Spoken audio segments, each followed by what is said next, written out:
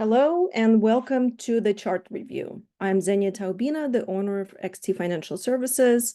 And as we've been doing over the last several weeks, we'll review the daily charts for the six markets that I look at most closely.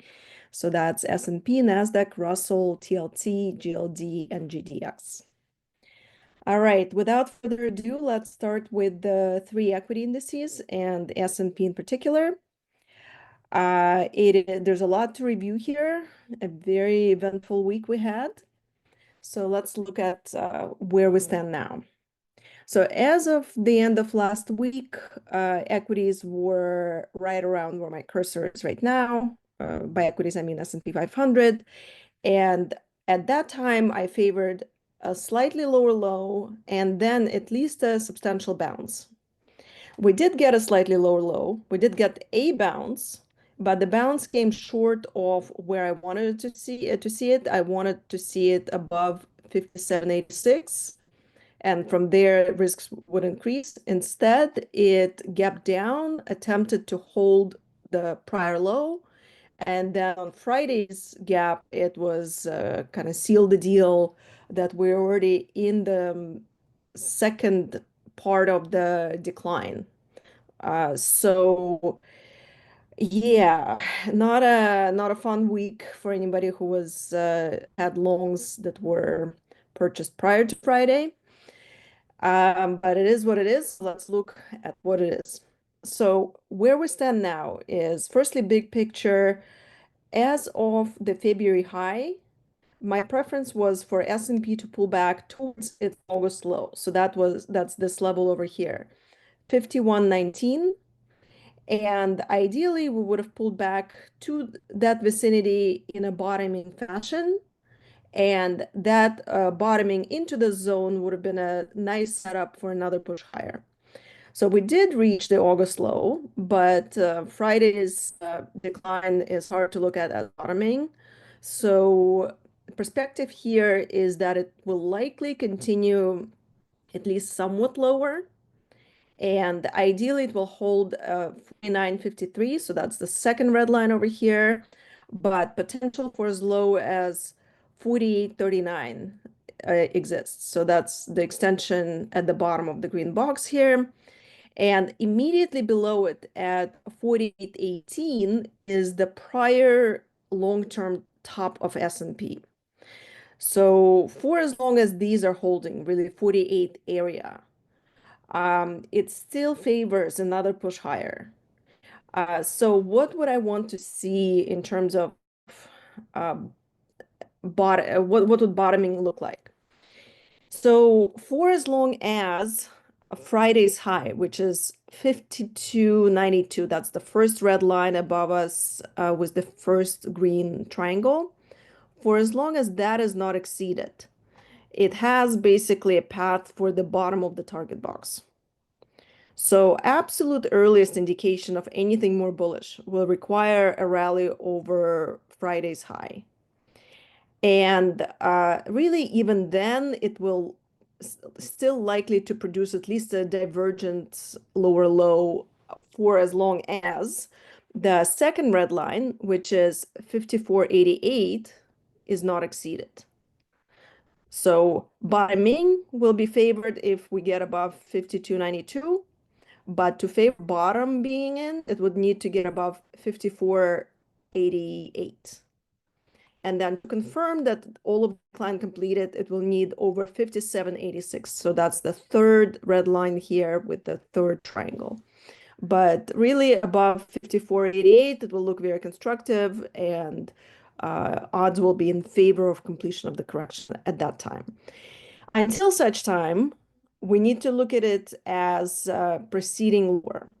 And I did share the hourly chart showing the two paths lower. I shared it not only with the subscribers, but I shared it on Twitter. So can look it up as to how that path goes, how I see this proceeding lower and the two potentials there. So for as long as it's holding the green box, still have to view it as bullish, but to confirm, it will have to get over 57.86.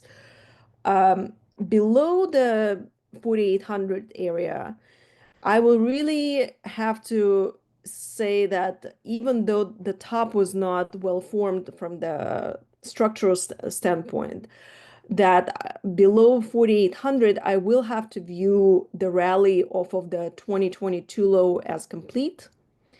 And that in turn will open up potential for substantially more downside.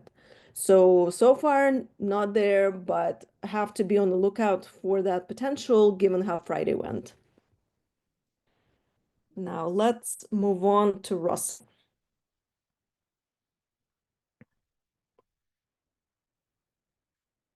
Russell is in a more bearish stance, similar to S&P 500. It looked like it was bottoming and at least going to stage a larger bounce. Um, as is the case with the S&P 500, it provided a massive extension lower on Friday.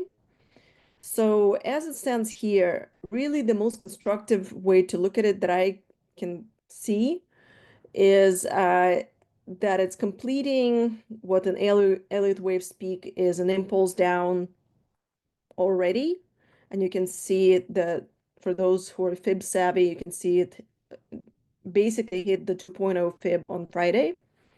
And then from there, it would stage a retrace, which basically ends up bringing it back to the 2110 area. So ideally retesting this zone before lower. That's the bullish scenario. So really, until and unless it can stage something clearly constructive to at least this 2100 area, I'm not going to entertain more bullish potentials. But for those that are on the lookout for those, it would take still a rally over 23-26 to favor those. So the bullish scenario here is a larger corrective bounce before lower. Now, the bear scenario here is one where it already is in the heart of the move down. So the Friday gap down would then be the heart of the move. The the bottoming will begin in the vicinity of the 2023 low. So that's 1633. So from here it would do bounces and lower lows, or potentially bottom in the vicinity of this low. So as I see it now, if it's able to produce a rally over 1866, that's this first red line with the green triangle, that would favor the more benign, I don't even want to call it bullish, but more benign scenario where it's doing a larger bounce and then lower. So to me, in if we can get a decent bounce here and revisit basically the support of 1984, so that's this second red line with the green triangle, broken support and now resistance, then we look for topping in the zone, and out of the zone would expect further downside until it can get over Friday's high. So that's 1866. It does have potential for more direct path down.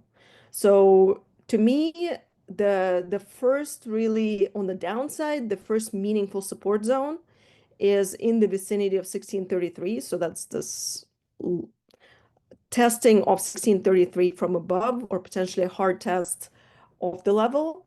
And that will likely produce at least some bounce. So this is not to say that I'm expecting any turnaround here, but may provide a tradable bounce for those who are fast enough.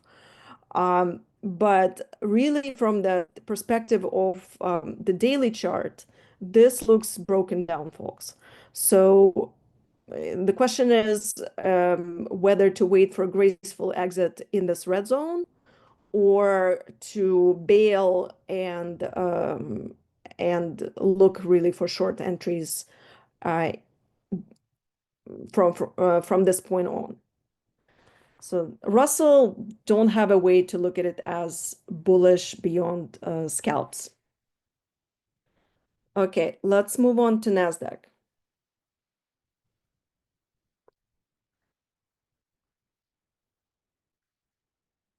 NASDAQ has the stance in NASDAQ is much more similar to the stance in S&P than the stance in Russell.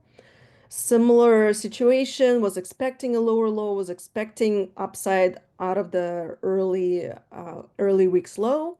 We got some upside, but not as much as I was expecting, and then a breakdown. So similar to the S&P 500, it tested the August low on Friday. So the ideal bottoming zone has been reached, but the manner in which it reached it is not really suggestive of an imminent bottom. So same picture here, absolute earliest indication of a bottom would take a rally over 18,089. So that's Friday's high, with a stronger indication over 18,799. So that's the second red line with the green triangle. And to confirm that all of the correction are completed, it would need over 20,292. So that's this line. Until then, until at least above the first two resistance zones that I just noted, resistance levels, likely we'll see lower. So the question of how much deeper into the target box will depend on how much bounce, whether it's able to exceed this first resistance or not. If it's not able to exceed the first resistance, it is quite possible that it's going to test the bottom of the lower box. If it can exceed the first resistance, then probably it will target the upper portion of the green box. So in terms of supports, ideal support is still the 16,793 or 764 level. So that's this line over here. No, I'm sorry, it's 16,973. 16,973. But the way we got here doesn't make it likely that that will hold. So deeper is quite possible, if not likely. So have to look at the ultimate supports here. So the bigger picture support is 16,764. So that's this red line over here. And that is the prior swing top of NASDAQ, the pre-2022 swing top. So ultimate support, the way I see it, and this is really deeper than ideal, but given that from retrace standpoint, this is still, manageable zone. You can see the green fibs are the retrace of the rally, retraces of the rally off of the 2022 low. So the 38.2 is at 16,652. So the 1.618 extension down at 15,953 is really my ultimate support. And there is another swing support immediately below it, 15,932. So 15,900, let's call it that. For as long as that is holding, the way I look at it, odds still favor a higher high. But it certainly has more to prove given the breakdown of last week. So we'll want to see bottoming, not just merely another gap down to that level. And on the upside, we discussed the resistance levels that would indicate bottoming. Okay, moving on to TLT. Probably the only one that held pretty well and did exactly what was favored. So here we, as of last week, this pullback to 88.63 happened the week prior. So we had a little gap down on Friday, and I noted this as a bullish potential for at least to at least exceed the March high. And TLT took that bullish potential and did provide an extension higher. So that is developing as expected. Now, the question here is what's next? So key support at this point is the 88.63 And for as long as that is holding, and really ideally the 92 area is holding, it has potential. It's not a likelihood, but a potential to proceed over that 2024 high. So that's the red box above here. So we'll need to see more than what we've seen so far to say that it's favored. And the earliest indication that it's to begin to tip the odds in favor of at least a retest of the high and potentially a new high, it needs over 94.85. That's this red line over here. So if it can hold 92 area and clear this red line, odds will begin to shift in favor of a retest of the high and potentially a new high. If instead it reverses down and breaks 88.63, I will have to view it as bearish. So minimum expectation in that case will be for a break of the January low. So that's 84.89 with potential for acceleration down. To favor that potential, it will need to continue below 78.5. So that's the very bearish scenario that persists as a potential, but absolute earliest indication would require a break of 88.63 at this point. So that's where we stand with the TLT. Now let's move on to gold.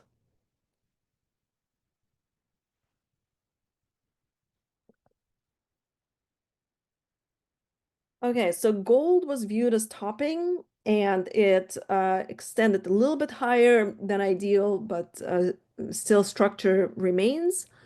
And it's attempting to reverse, but earliest indication of a top will require a break of 276.59. That's this red line over here. And a stronger indication would require a break of 261.25. That's the second red line here. So remains to be seen. Friday was a start. If it continues down, then really below 261, 261.25, we'll have to look for potential bottoming in the vicinity of, let's call it 200-day moving average, which is 246 and change. So the high probability portion here really only favors a pullback towards the 200-day moving average. And then we'll have to see whether it's able to break 234.24 to confirm a larger degree top. Now, on the upside, if it's able to hold 261.25, so that's this red line, it may still break the first red line, but the second red line is kind of where it begins to really matter. So if it's able to hold that and proceed higher, it will begin to look like acceleration up. But to confirm that acceleration, I will want to see it over 330. So that's the line here with the green triangle. So to break topping stance, really any higher will begin to break it.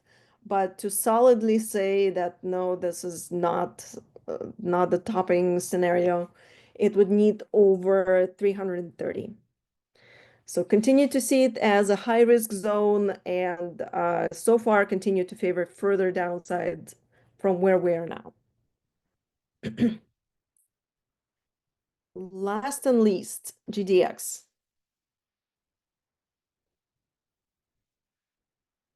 Okay, so GDX was also viewed as topping.